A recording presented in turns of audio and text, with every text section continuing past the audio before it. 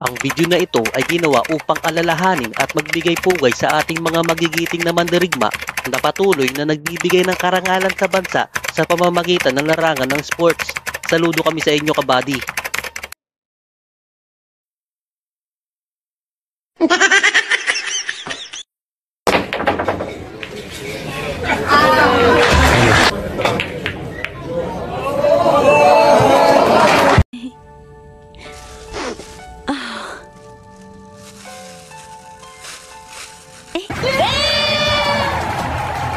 Swerte. Kamusta kayo mga Kasargo? Ito ay isang exhibition match, Efren Reyes laban sa world number 1 female player the Texas Tornado Vivian Villarreal.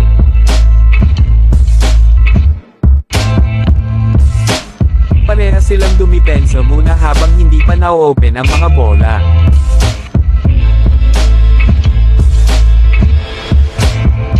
Sinubukan mag-jump shot ni Vivian ngunit tumalon ito sa mesa at nabigyan na ng pagkakataon ng ating magician.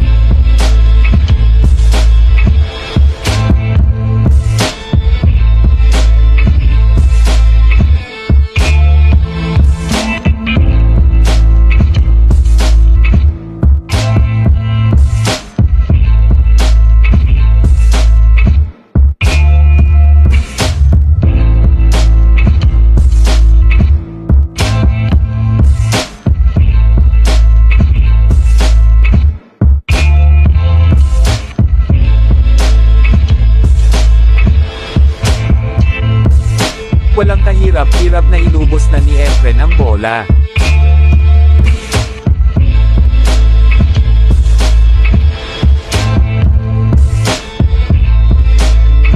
Pumunta na tayo sa rack 5, ang puntos ni Efren ay 3 samantalang ang kalaban niya ay 1 pa lang. Sinubukan ni Efren na i-bank shot ang bolang 1 ngunit siya ay sumablay. Kahit ganun pa man ay nakadepensa pa din ito.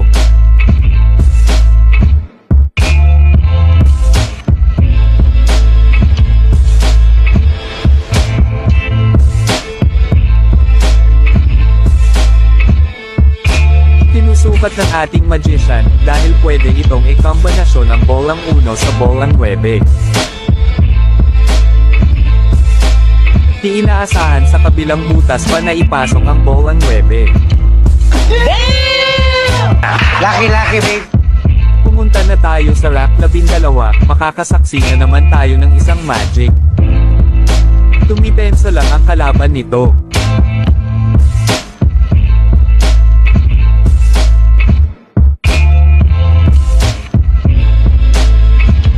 Sinubukan niya ang double back shot ngunit sumablay na naman ito.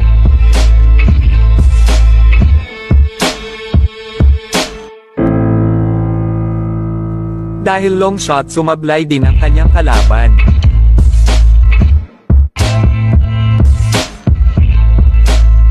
Walang kukurap sa mga susunod na mangyayari. Tinuwerte pa ito na di nahulog sa butas ang cue ball.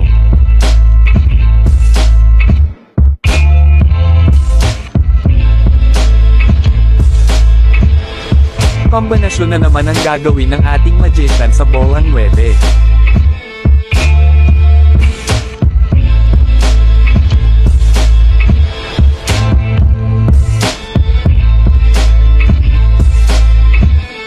Napakahirap ng ginawa ni Efren dito pero parang simpleng-simple lang sa ating magician. Pumunta na tayo sa rack 14 kung saan kapag nanalo na si Efren ay siya na ang tatanghaling panalo. Makakabawi pa kaya ang babaeng champion?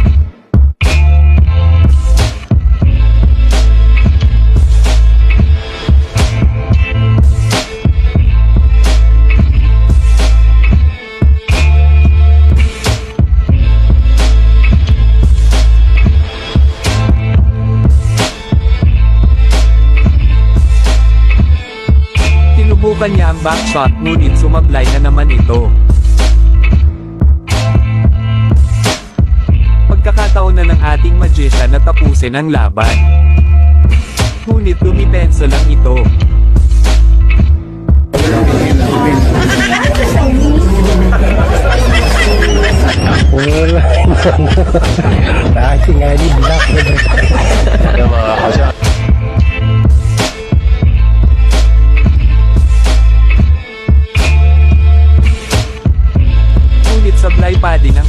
kalaban at napatawa na lang ito. Bilang pagrespeto sa babae, hinirapan pa ng ating magician ang pagtira sa bolang sais.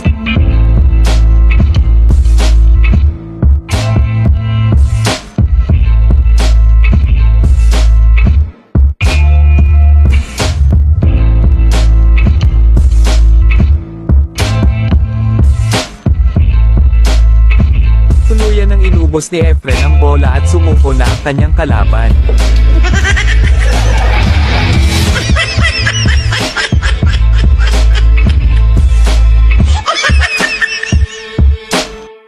Hanggang dito na lang mga kasargo, at kung hindi ka pa nakafollow, baka naman.